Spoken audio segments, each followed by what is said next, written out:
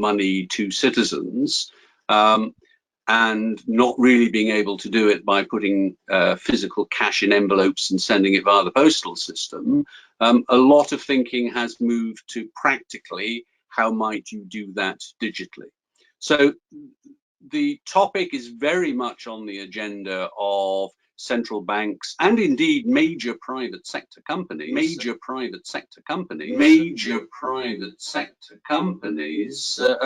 around the world. And once we get over the immediate hump of responding to the pandemic, this is going to be top of people's agendas.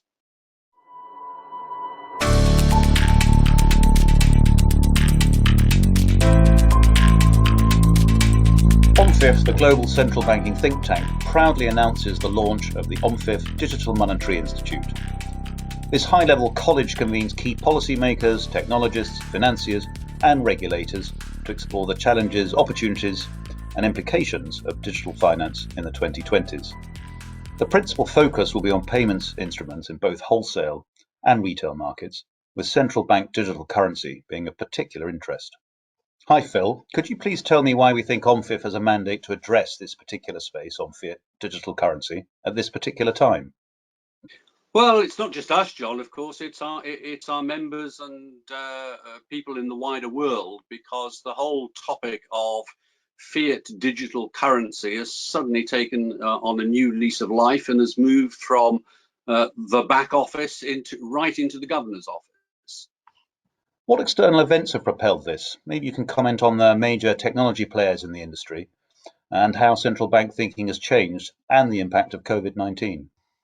Well, two big external events, really. One was the announcement last summer of Libra potentially launching, so a private sector currency launched by a major global technology player, which was a fascinating contribution to what had been a debate previously dominated by cryptocurrencies of varying worth. And that posed a direct threat to central banks, in that it was a threat to monetary sovereignty, national fiat currency, and potentially also a threat to financial stability. So central banks had to move from thinking about theoretical responses to actual responses.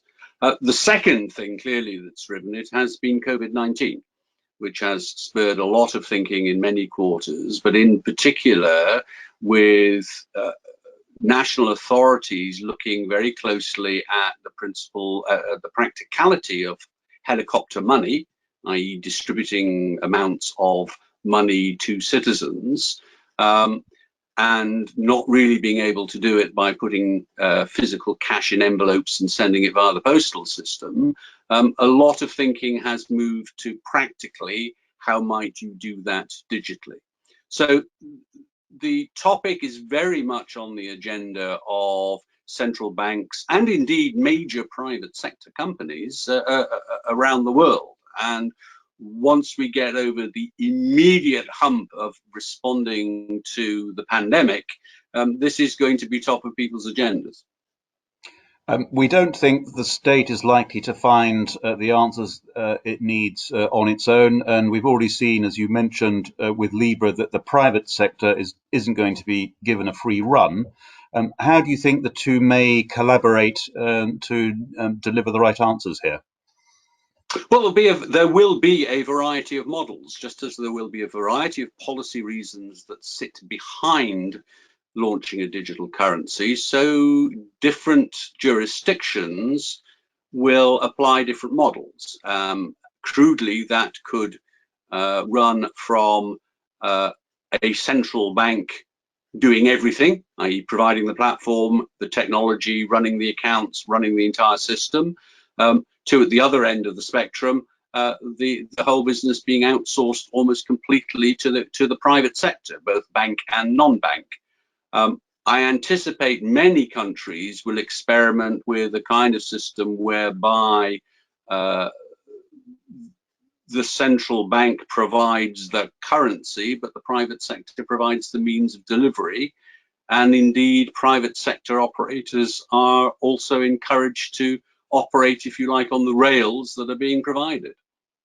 OMFIF, for the last 10 years, has carefully created places where private and public sector institutions can talk together in private, in confidence, and have the right grown-up conversations. And we certainly hope to do that here. We did some interesting work last year already on digital currency. Perhaps you could tell us, Phil, about some of the interesting findings that we already made then, which are now feeding into the work that we're doing now. Well, we've done quite an awful lot of research, both off our own bat and in conjunction with members, including 18 months ago research on wholesale digital currencies, stable coin and the like, and more recently on retail digital currency. We've also been looking at the perceptions of various actors, be those central banks, be they technology companies, be they existing payment providers, be they banks, as providers of that.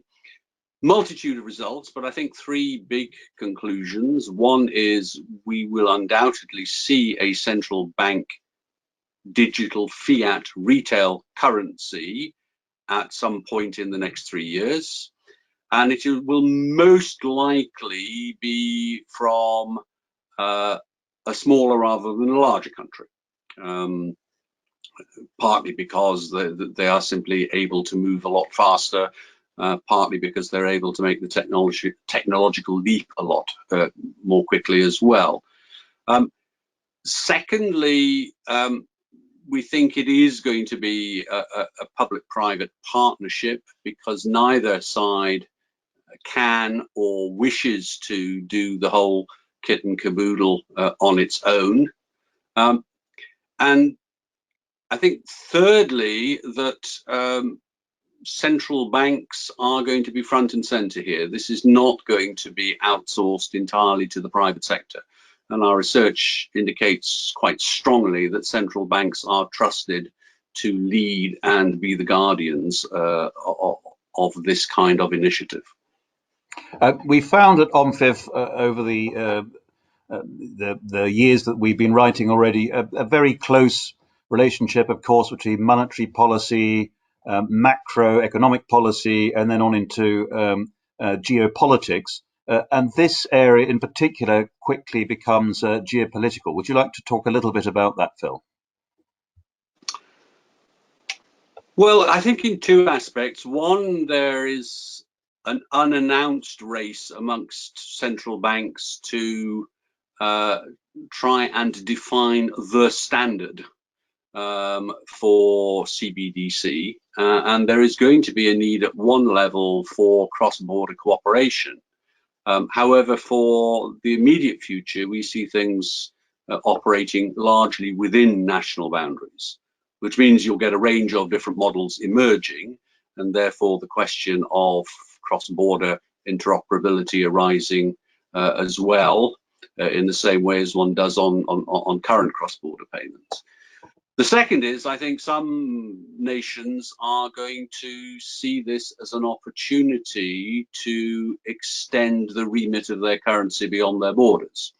In other words, to challenge the current dollar dominance as the global currency, if you like. So I think that the geopolitical elements in that sense are going to be very interesting and very intense. But the great thing about OMFIF is, of course, that it provides a forum and a college for experts and interested parties from both the private and public sectors to come together in a very exclusive and very private setting and have the kind of discussions that can't be done in normal public fora.